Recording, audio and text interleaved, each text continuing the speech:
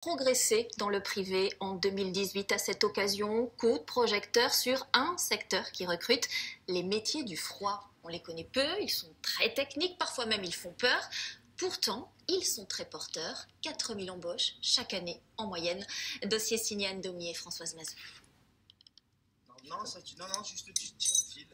C'est un secteur d'activité où le chômage n'existe pas. D'ici un an à l'issue de sa formation, ce futur frigoriste est sûr à 100% de trouver du travail. C'est un secteur où justement il y a très peu de candidats, donc automatiquement derrière il y a des places assurées. Avec un chiffre d'affaires annuel de 4,5 milliards d'euros, les entreprises du froid ne connaissent pas la crise. Plus de 4000 nouvelles embauches chaque année, 27 000 salariés au total, dont la quasi-totalité exerce en CDI à temps plein. Et en plus de la sécurité de l'emploi, les salaires sont aussi plus attractifs. Même en étant à l'école, ça me permet encore d'avoir un peu plus que le SMIC déjà, tout en étant encore en apprentissage. Derrière ça, sortie BTS, on est entre 2000 et 2300 euros brut. Ça permet de voir un avenir, une possibilité au niveau des banquiers d'avoir des prêts et autres. En début de carrière, un technicien d'intervention gagne entre 1500 et 2100 euros bruts par mois. Au bout de 5 ans d'ancienneté, entre 2100 et 2700 euros. Pourtant, la branche peine à recruter. À Perpignan, voilà déjà 3 ans que cette chef d'entreprise recherche 2 frigoristes. Aucune des candidatures qu'elle reçoit n'a encore fait l'affaire. La technicité du métier leur fait peur. Et surtout, l'astreinte qui va avec en refroidit plus d'un. Ils vont devoir répondre à toutes les sollicitations s'il y a des pannes chez les clients. Parce que le client, lui, il est en panne, il a sa marchandise qui souffre dans son frigo. Donc, il faut des fois expliquer à la famille que le métier a des certaines contraintes qu'on ne peut pas enlever. Et ça, des fois, ça passe pas.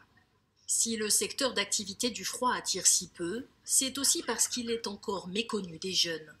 Regarde, t'as pas ouvert la chambre là, ici. Contrôle bien que tu sois coupé ici, ok? Dans ce lycée, le bac professionnel froid et conditionnement d'air n'a pas vraiment la cote. Lui aussi manque de candidats. On a du mal à la rentrée en septembre à avoir 30 jeunes. Et donc beaucoup viennent ici, soit c'est leur 2e, voire 3e vœu, ou alors même des jeunes qui sont mis ici, dans cette section, parce qu'ils n'ont pas de place autre part. Par dépit. Par dépit, par défaut plutôt. Hein. Le secteur d'activité du froid est très diversifié. Il va de l'installation de pompes à chaleur et de climatiseurs, au conditionnement de l'air de salles de cinéma ou d'hôpitaux. On va voir si ça descend là, ça a du mal à descendre.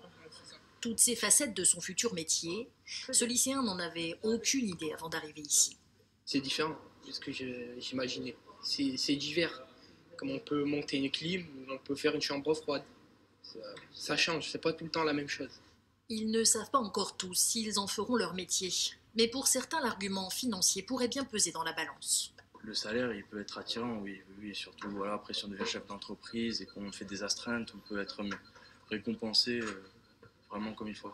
Statistiquement, sur les 20 élèves de cette classe, 5 à 6 maximum poursuivront leurs études dans la branche. Les autres abandonneront au profit d'autres secteurs.